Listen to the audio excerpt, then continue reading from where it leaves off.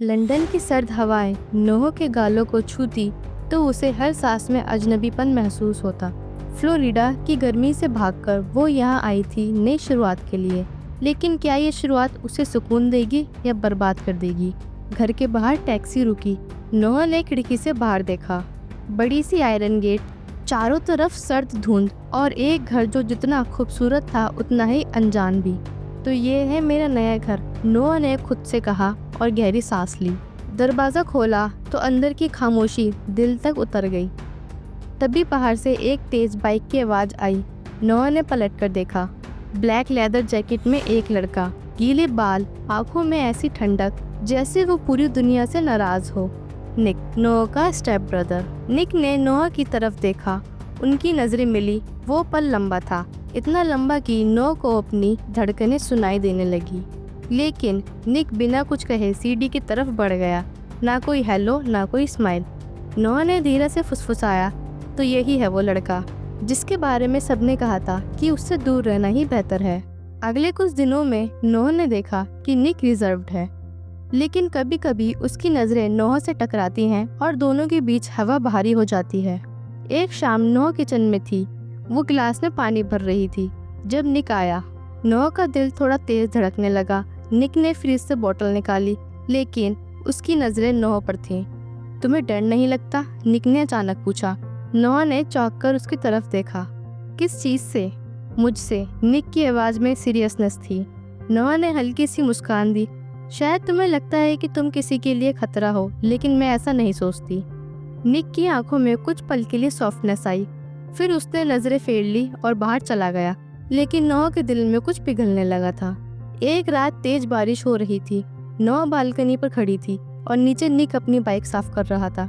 अचानक बिजली चमकी और नोह डर के मारे चौंक गई। निक ने ऊपर देखा। डरपोक हो? उसने टीजिंग अंदाज में पूछा। नोह ने जवाब दिया, नहीं, लेकिन कुछ लोग हैं जो और भी ज़्यादा डरावने हैं। निक हल्का सा हंसा। वो पहली बार नोह ने उसकी हंसी देखी। नीचे आओ, निक ने कहा। नोह थोड़ी हिचकिचाई, लेकिन नीचे गई। बारिश अब और तेज हो चुकी थी। निक ने उसकी कलाई पकड़ी, उसे अपनी बाइक के पास खींचा। कभी बारिश में भीगने का मन किया है? निक ने पूछा। नहीं, लेकिन आज कर सकती हूँ, नोह ने धीरे से कहा। निक ने उसकी तरफ देखा, गहरी इंटेंस नज़रों से। दोनों कुछ देर चुप रहे। फिर नोह ने अपना हाथ निक के हाथ पर रखा। तुम्हें पता है निक, तुम इतने भी डरावने नहीं हो, नोह ने मुस्कुराकर कहा। निक के चेहरे पर हल्की सी मुस्कान आई। और तुम उतनी नेवी नहीं हो जितनी दिखती हो।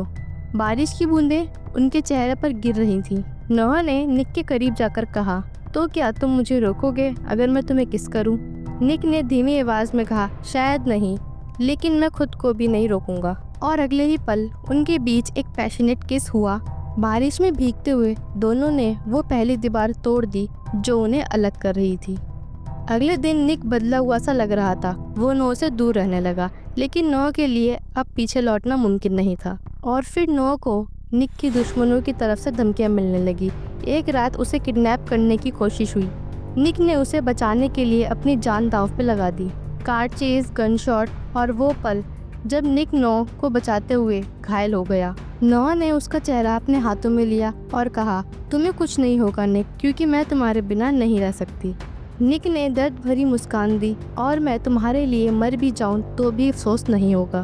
6 हफ्ते बाद वही लंदन की सर्द हवाएं नोह हॉस्पिटल में निक के कमरे में बैठी थी। निक की आंखें खुली और उसने धीरे से कहा, तुम यही हो? नोह की आंखों में आंसू बहने लगे। मैं कहीं नहीं जाने वाली निक, तुम मेरी सबसे बड़ी गलती हो और मेरा सबसे बड़ा सच भी। निक ने उसका हाथ पकड़ा। तुम्हारे लिए मैं हर बार अपनी जान दूंगा नोह, हर बार। नोह ने झुककर निक के माथे को चूमा। लंदन की हवाएं गवाह थी। कभी कभी सबसे फॉरबिडन लव ही सबसे प्योर होती है। तो दोस्तों, कैसी लगी ये स्टोरी कमेंट में ज़रूर बताना और चैनल को भी सब्सक्राइब कर लेना। मिलते हैं नेक्स्ट वीडियो में।